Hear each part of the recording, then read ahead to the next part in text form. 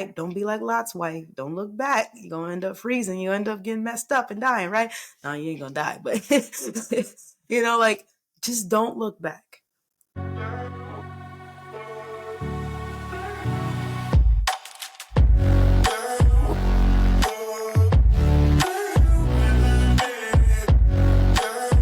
Hey everybody, welcome back. It's your girl Kalina Carlisle, and today we're going to be talking all about why you can still love your abuser, why you can love and still want and desire someone who has hurt you. Okay, so the most obvious answer to that question is going to be because you love them, right? Simply put, you love them, you cared about them, you created some type of meaning for them in your life at some point, right? You didn't want them to hurt you. You didn't want things to go bad. You didn't want them to be abusive. You didn't want them to turn out to and be who they are. You didn't want that. You wanted things to work out. You wanted things to be successful, but they could not get past their trauma. They could not get past their personality disorder. They couldn't get past whatever was keeping them toxic and abusive, right? But at the end of the day, it doesn't take away that love that you had in your heart, that feeling you had for them was not true, that it was not real. Okay. From a spiritual standpoint, especially if we're speaking from a romantic standpoint, there's also a soul tie there. A soul tie. And what is a soul tie? Some of you might not know what a soul tie is, but a soul tie is basically when your spirit, two spirits become one. They become tied together. So in the Bible, God tells us, man and woman, right? When they get married, they end up doing the do. And during the do, they become one flesh, right? A man and a woman, they become one flesh, or no longer one flesh, right? Or two fleshes. And so that is what happens. If you're in a romantic relationship, you guys became intimate, whatever, marriage, divorce, you guys were one flesh. Okay. And I could do a whole nother video on soul ties because you could actually create multiple soul ties, right? And that can become destructive and toxic to your life. But that's not what we're going to focus on today. But you created a soul tie with that person, and soul ties are extremely powerful, right? It's something that God created that is strictly for marriage, right? It's strictly between a man and his wife. It's something that was created, right, to bring them two together as one, right? One in the eyes of God. Okay. And so if you've created this soul tie, it's going to take time to break. It's going to take God to break it. It's going to take a lot of deliverance to break it. It's going to take a lot of work. And if we're seeing it from the scientific view or biology, it's a chemical bond, right? It's a deep chemical bond there that you have with this person. And it takes time to let go of that bond, right? If you think of it in the terms of someone who is trying to withdraw, right? They have an addiction and they're trying to withdraw. They don't just withdraw and everything is great and everything is fine. It takes time. There are things and steps that they go through, whether it's shivers and shakes, whether it's cravings for the drug or cravings for whatever it is that they were addicted to. There's a pain, there's grief, there's joy, there's happiness, there's so much. There's throwing up for some things, like there's things and stages that their body goes through in order to break this addiction. And so it's going to be the same for trying to break a relationship. There is a bond there.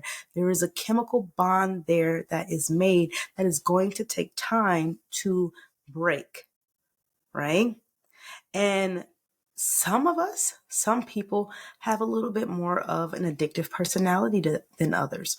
Or sometimes when people do drugs, when they have addictions, it's majority of the time something deeper, something rooted, something that they are using the drug, using the addiction to mask, to hide, right?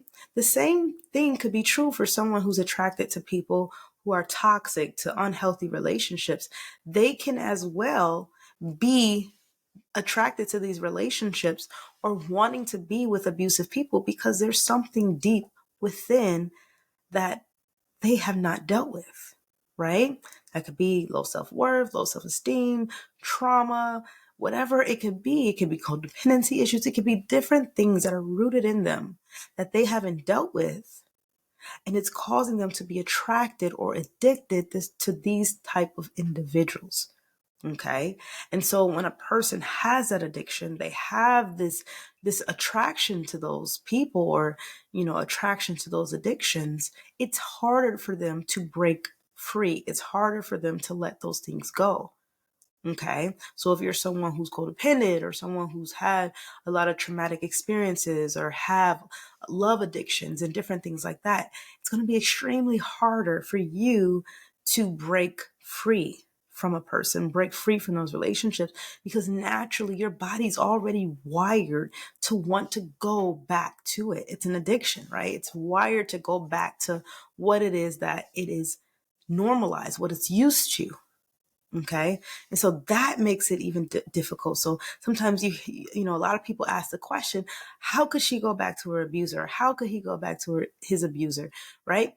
Simply put, there is an addiction there. There is a chemical bond there. There is a soul tie there. There is something, some type of force there that is keeping that person there, or some type of trauma, some type of belief that is keeping them there. Maybe they believe they deserve to be there. Whatever the reason it is, there's something unhealthy, something that needs to be uprooted that is keeping them in that relationship or keeping them in that place. Okay. And so this is why it takes time often, or takes a lot of back and forth, a lot of pull and tug before victims often leave an abusive relationship, before they actually let go of their abusers. Also, when you're attracted to someone or a situation that there's a lot of trauma, right? There's a lot of abuse, you form a trauma bond, right? So a trauma bond can keep you attracted, keep you connected to things that are hurting you, connected to the person that is hurting you because of the trauma. The trauma, maybe you guys have similar traumas, similar pains. That's how sometimes narcissists and codependents can have similar traumatic passes. And through those traumatic passes, they can connect with one another. They can become bonded by their trauma, bonded by the abuse, bonded by the addiction, right? It becomes toxic. Their relationship becomes centered around toxicity, right? Centered around unhealthiness. Okay. That's why a lot of times you see these relationships where people who they haven't healed their trauma. They are in relationships, or they try to formulate these relationships, and these relationships end up ending in a very toxic way. And they probably seem good in the beginning, but they eventually just become terrible, right? Become unhealthy, become, in some instances, dangerous, right? And unhealthy. And that's why I encourage people all the time, and encourage you guys, deal with your trauma, deal with your pain, deal with it, because it's going to show up in your relationships. It's going to show up regardless if you want it to or if you don't want it to. If you have things that are deep within you, you're going to eventually allow it to pour out and show up in your relationships. And so when people go from relationship to relationship, from hurt to hurt, and they haven't healed, right? Sometimes people say, oh, you can heal within a relationship, right? But that is very rare, right? Very rare. And sometimes you need to do healing yourself first before you try to go into another relationship, especially depending on what it is that the trauma is coming from. If it's extreme trauma from your childhood, extreme trauma from past relationships, it needs to be handled first. Especially if you have low self-worth, low self-esteem, those types of issues. I always tell my younger ladies and clients that I work with is that you will date and attract people in your life based off your self-esteem. How you see yourself, how you view yourself, how you love yourself, that is what you're going to allow into your life. If you don't love yourself, if you don't value yourself, if you don't think you're worth anything, you're going to attract or allow people in your life that don't value you, that see you the same way you see you, that love you the same way you love. That's why God tells us, right? He tells a man in the Bible, he says, love your wife the same way you love yourself. If a man does not love himself, how can he love his wife correctly? If he does not love God, how does he know how to love himself? Right? If he doesn't know how God taught him how to love or what love really is, how can he actually live it out? How can he actually walk it out? And this is why it's important. If you can't love yourself, if you can't value yourself, you don't see your worth. What makes you think you're going to go out and find someone who's going to see your worth? And maybe they honestly know, maybe they will see your worth, right? Abusers often do see your worth. They do see your potential, your greatness and the beauty and all that in you. But if they sense that there's low self-worth, there's low self-esteem, because trust me, they sense it. Abusers sense when they can control someone, when they can make a person a victim.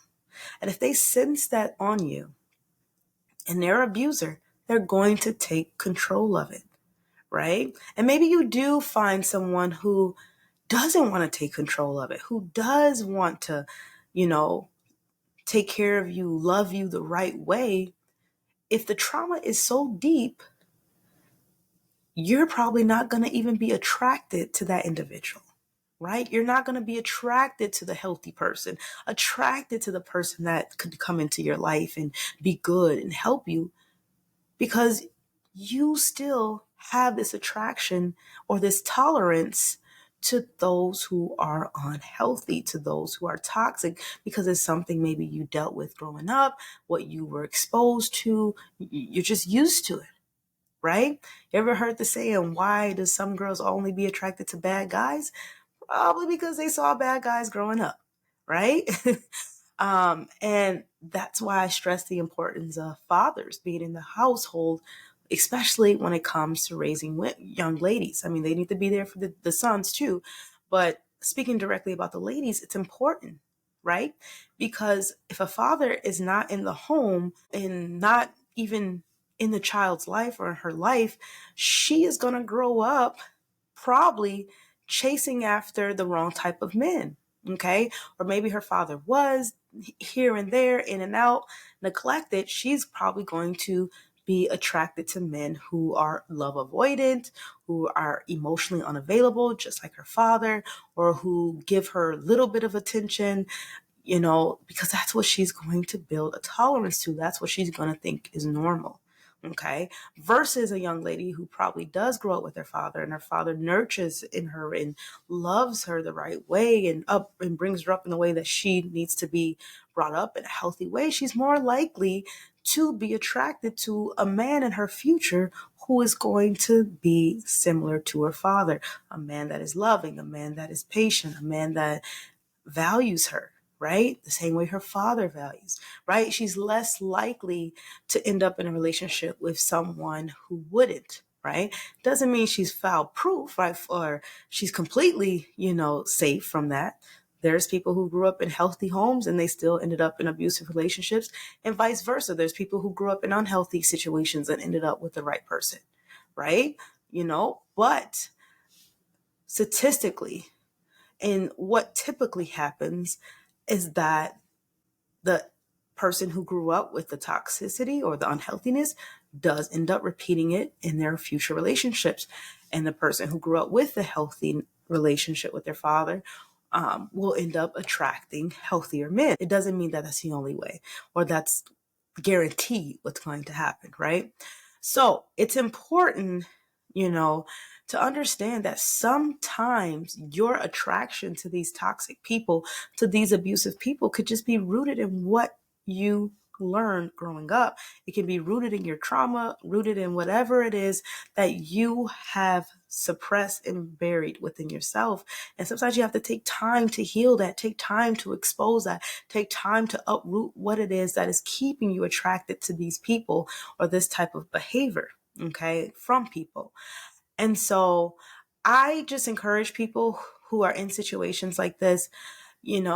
I've never stood from the standpoint, even before, knowing about abusive relationships and different things like that. I just never stood from a place where I said a person was stupid or somebody was dumb because they stayed in a terrible relationship, right? It actually it broke my heart more. And I came from a place of prayer more than I did of calling a person name and trying to make a person feel guilty or feel dumb or stupid for staying in a toxic relationship, because you have no idea what someone has experienced in their life, what they're going through, what it is that's happening that's keeping them in that relationship. Like, we just don't know. We all have different upbringings, different experiences, different reasons for why we act the way we act. And majority of the time, we're not going to understand why a person acts or behaves in the way that they do. Only God truly knows, right? It's not for us to call someone stupid, call someone dumb because they're still in love with their abuser or they still want to go back to a toxic relationship, right? The best heart to have towards people like that is to have a heart of prayer, right? Because sometimes we can't do anything, but God can, right? And sometimes it's just to come from a place of like, maybe I just don't understand. I just don't understand why that person is doing it, right? And sometimes people just need patience to leave a relationship. They're battling, breaking that chemical bond, that trauma bond. They're trying to push away from what is normal, right? There's probably fear there. There's probably a lack of love and self-esteem there, low self-esteem there. There's a lot of things that could be tying a person to a situation. It can also, if there's kids involved, there could be, not wanting to allow their kids to grow up in a broken home, right? Not wanting their kids to not have both parents in the home, right? And it just takes them time to see, like, I need to get out of this situation. Okay. And the same way that sometimes that takes time, it takes time to let go and stop craving your abuser, to stop craving them, to stop craving the ex-husband that beat you or abused you or cheated on you. It takes time, and it is perfectly normal to still love, to still desire a relationship with them. You're not weird. You're not strange. You're not crazy. You probably, it was crazy. No, I'm just kidding. But you're not crazy, right? Like, you're none of those things, right? Sure, body's response, natural response to letting go of a chemical bond, letting go of maybe a trauma bond, letting go of an addiction, just letting go of a soul tie, letting go of a part of yourself, a part of your life, and moving on, right?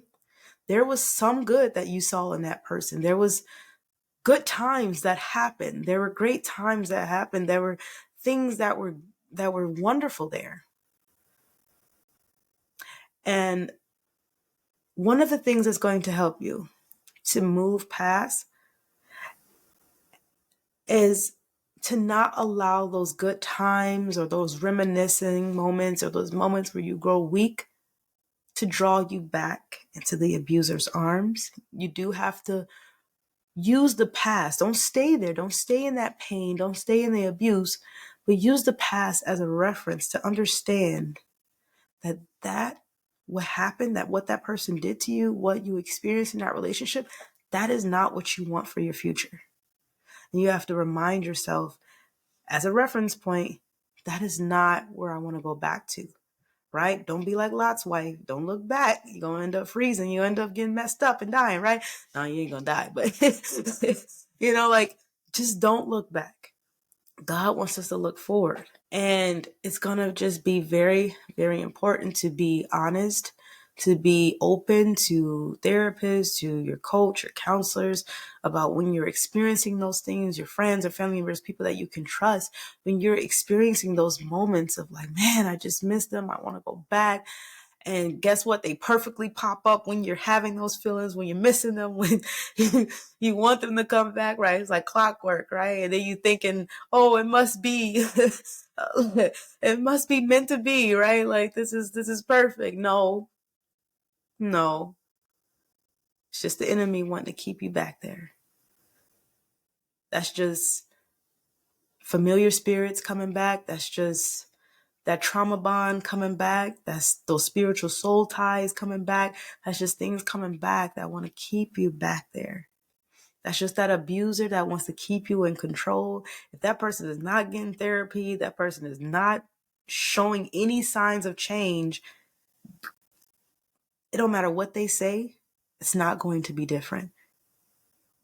It doesn't matter what a person says, it matters what a person does.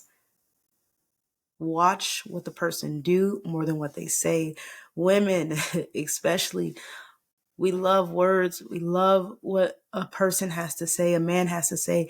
Do not listen to what he has to say, because he will tell you all the great things and not show a lick of action.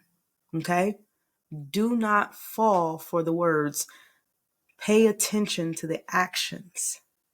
What is the person doing? What is the fruit of this person? Okay? Because trust me, someone who's abusive, who's a manipulator, who's a gaslighter, they gonna know what to say. And they know you, and they know how to get you back. And in order for you to stop falling into trap of that, you have to become aware of that, aware of the cycle, and set a game plan for what you need to do when those moments happened. Find someone you can call, find a hobby you can do, a habit you can do, something you can do that is going to remind you that that's not the place to go. That person is talking a good game, but that person is not walking anything out. Okay? So be mindful of that. Don't have shame. Don't have guilt because you're still attracted to your abuser, because you're still attracted to your cheating ex. It's normal. There's nothing wrong with you for it. Okay?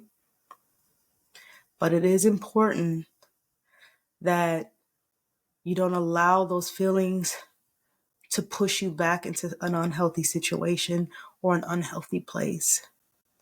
You have to keep working on yourself every single day until you are stronger and stronger and stronger and stronger and stronger. And then you can love that person, but not crave that person.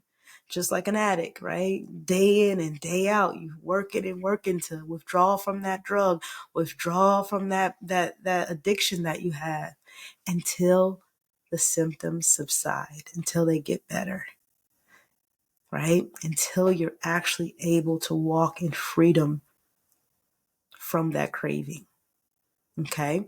So I encourage you guys on your journeys of healing, getting free of toxic situations, toxic relationships, and breaking free from addictions, love addictions, and different things like that. Healing trauma, becoming the best version of yourself that you possibly can become. Make a game plan. Don't go at this blindly. Seek help, seek support, right? Seek community, because we need each other, right? We need people, we need each other. So try not to isolate too much, because isolation could put you right back in the arms of that abusive person. Okay? You don't want to be alone with your own thoughts. Trust me. All right. So I love you guys. If you haven't already, please like this video. Please share it to someone you know it would be beneficial to. If you're on the podcast, follow the podcast, please. If you have any comments for me, any questions for me, you can leave those below. You can also check out my website, rootedunlimited.org, for more support, more classes, my book, and different ways that I can help you. So remember that God loves you. I love you. Take care. Bye.